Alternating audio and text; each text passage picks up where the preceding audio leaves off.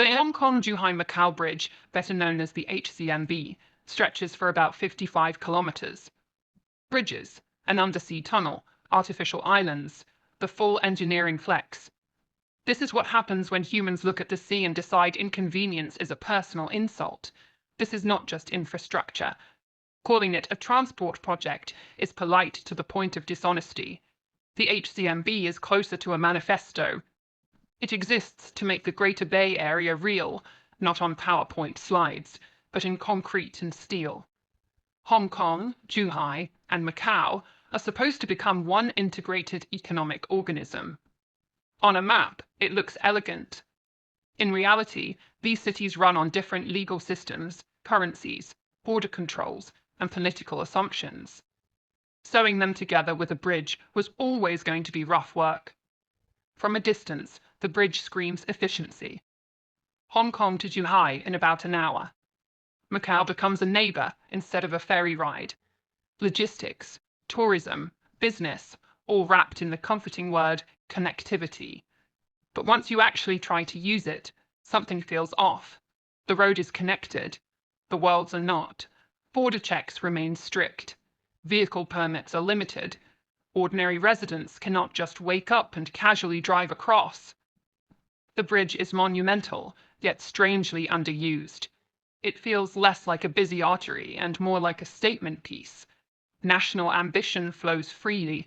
Daily life waits at immigration. This is classic Chinese infrastructure logic. Build first, build big, let society adjust afterward. And then there is Hong Kong. Did Hong Kong want this bridge, or did it accept it because refusal was not an option? That question matters more than the engineering statistics.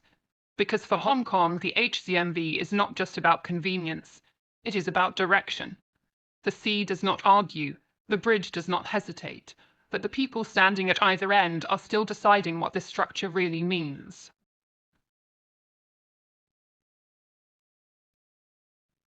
So yes, clearly China has money, an impressive amount of it, enough to pour concrete into the sea for 55 kilometers just to make a point, enough to build the Hong Kong-Zhuhai-Macau Bridge and then worry about usage later. Infrastructure first, questions eventually. Meanwhile, Japan watches this and nods politely. Very politely. So politely that nothing gets built. Let's talk about irony, since Japan accidentally perfected it. For years, Japan provided ODA to China. Loans, technical assistance, development cooperation. Japan helped China build roads, ports, and railways back when China was still officially developing. Fast forward a few decades, and now China is casually constructing one of the world's largest sea-crossing projects, while Japan cannot connect places inside its own territory that obviously need connecting. Take the Irago-Toba Strait, a narrow maritime gap, heavy ferry traffic, clear tourism potential, strong regional economic logic. A bridge here would directly connect IT and me, strengthen logistics, and boost regional mobility. Has it been built? No. Has it even moved beyond endless feasibility studies and environmental hand-wringing? Also no. Then there is Sadamisaki Sekizaki, the western edge of Shikoku facing Kyushu. This is one of the shortest distances between the two islands. A bridge here would finally integrate Shikoku more tightly into the national economy, instead of treating it like a scenic afterthought. Again, everyone agrees it makes sense.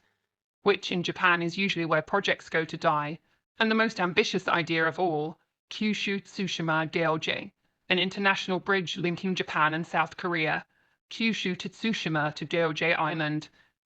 The economic impact would be massive. Logistics, tourism, labour mobility, regional integration in Northeast Asia. Compared to this, the HCMB looks almost conservative. But Japan cannot even seriously begin this conversation without collapsing under the weight of diplomacy, domestic opposition, historical trauma, budget anxiety, and the eternal phrase, "Now is not the right timing." China does not wait for the right timing. China manufactures timing. Japan, on the other hand, has mastered a different art.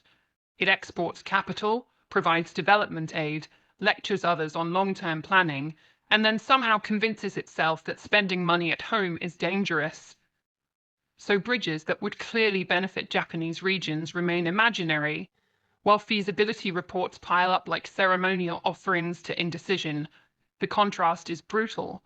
China builds first and forces reality to adapt. Japan debates until reality moves on without it.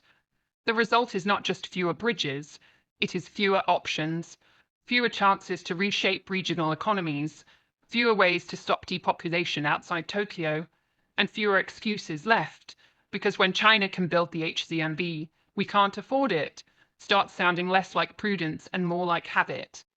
China looks rich because it spends. Japan looks careful because it doesn't. And history has an odd sense of humor. The country that once financed China's development now watches China build the future, one unapologetic mega project at a time, while its own obvious connections remain politely disconnected.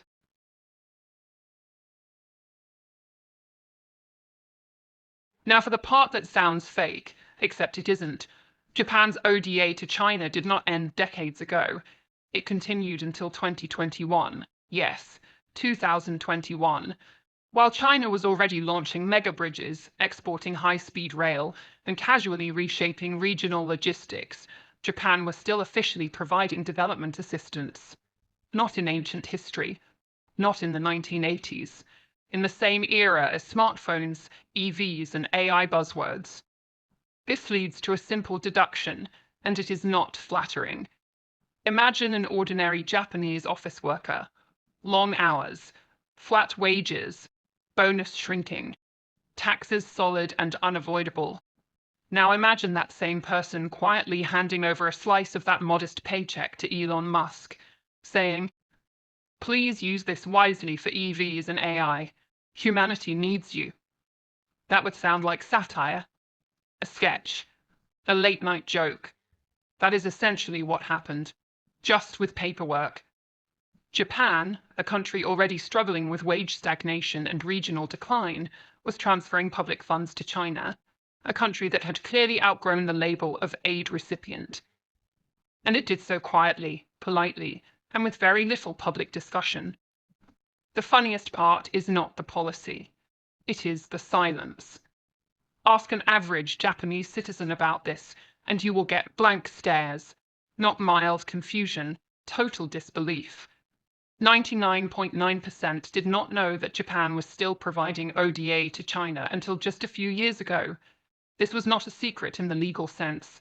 It was public information, technically accessible, buried so deep under bureaucratic language that it might as well have been written in invisible ink. This is where the system becomes impressive in its own strange way. No protests, no outrage, no serious media obsession. Because if people do not know, they cannot object. And if they cannot object, the policy remains stable. Meanwhile, bridges inside Japan remain unbuilt. Regional connections stay theoretical. Projects that could revive local economies are postponed for fiscal discipline. Somehow, there is always money for overseas assistance, but never enough political will for domestic ambition. China did not ask Japan to keep paying forever. Japan simply kept paying, because stopping would require explaining. So the deduction is unavoidable. Japan did not just help build China's growth in the past. It continued doing so long after the logic had expired. And it did this while its own citizens were told to accept less, endure more, and be grateful for stability. Charity is noble. Charity without public consent is something else. And when a nation does not even realize who it has been donating to, the real question is no longer about China's rise.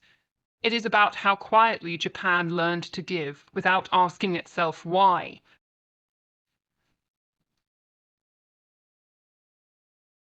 Now the story returns to China, because eventually someone has to ask the impolite question. If the Hong Kong Zhuhai Macau Bridge is so revolutionary, so transformative, so economically brilliant, why does it often feel underused? Traffic volumes are modest, private access is restricted, cross-border procedures remain cumbersome. This is not a bridge designed for casual human behavior. It is not, "Oh, let's drive across for lunch." It is, "Have you prepared the correct permits, plates, approvals, and patience?"